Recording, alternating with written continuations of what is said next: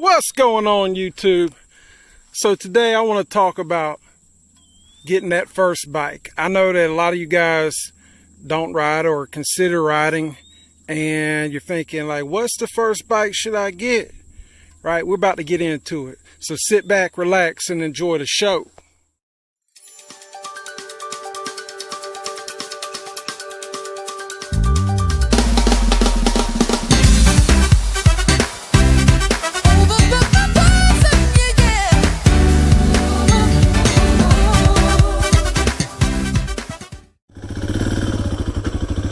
Alright guys, so to cut to the chase, first bike you need to get is a dual sport, but I'm gonna explain that throughout the course of this video here.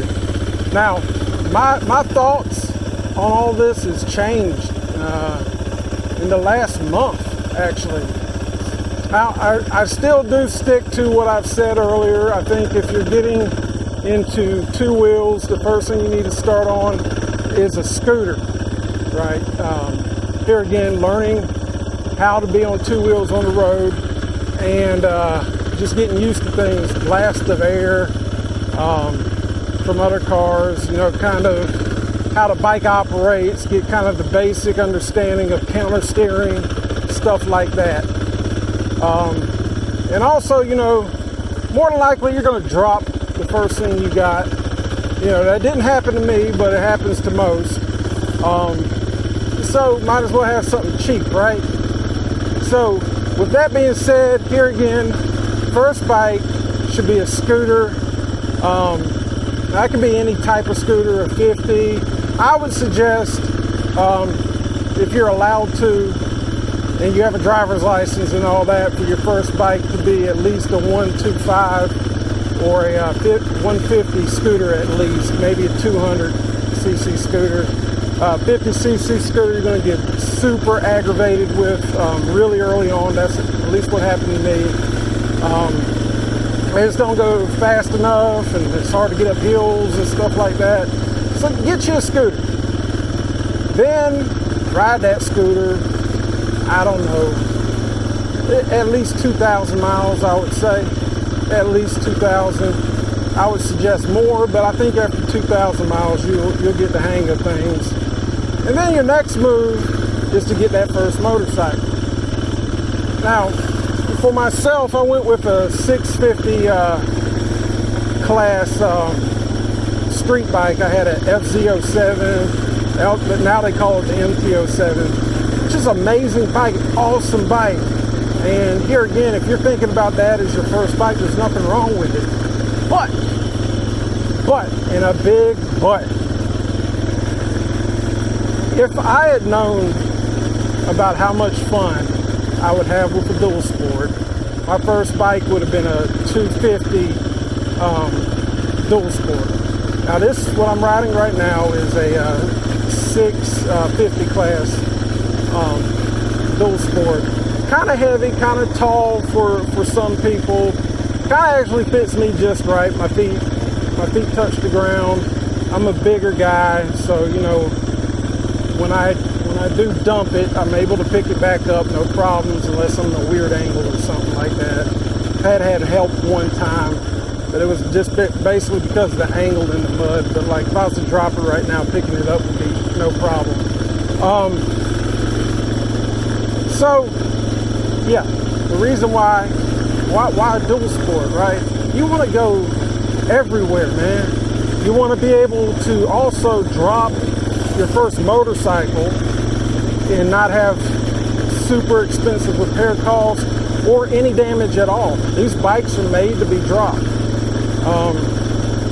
Here again, I've dropped this like 4 times, but I think the fastest I was going was around 4 miles an hour. Absolutely no damage to the bike. But kind of going back to my point of why the dual sport, why that as the first official, I guess, motorcycle. This place where I'm riding right now is literally, the entrance to it at least, is less than 3 miles from my house. I've been riding for a number of years. I never knew this was back here, and I'm having a blast.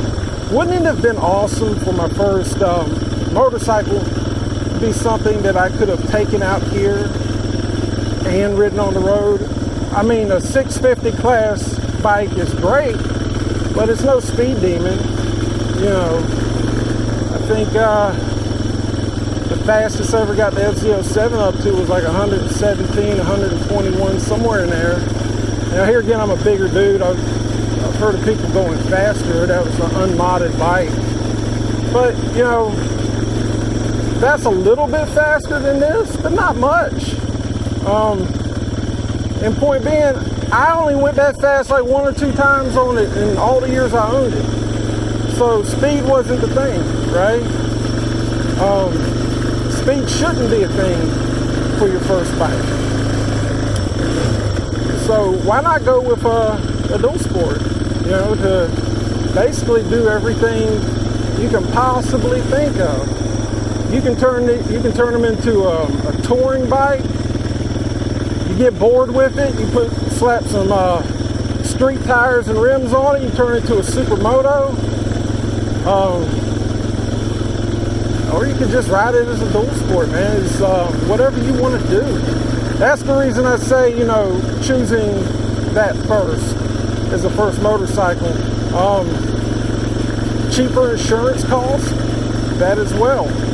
This bike right here is cheaper to insure full coverage with Geico than my FZ07 was.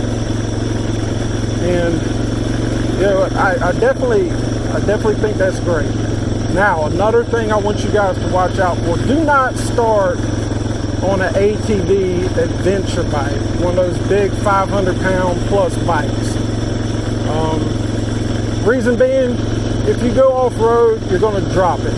Now, knock on wood here, I have never crashed my bike on the road, but I've owned this for like a little over a month, and I've dropped it 4 times. Here again, real slow, no damage. But if you ride off-road, you will drop the bike, especially if you're new to off-road.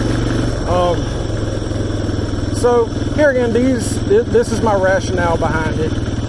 Interested to see what you guys think. You know, basically sum it up: get a scooter first, ride it at least 2,000 miles, and then get you a dual sport. Get you a 250 class dual sport, and I don't feel like you'll go wrong with doing it that way. But here again, leave a comment below. I'd love to hear what you guys think. Anyway, I want to thank all y'all for watching, man, and watching my kind of shitty new off-road riding skills the last few videos. Anyway, until the next time, I will catch you guys later.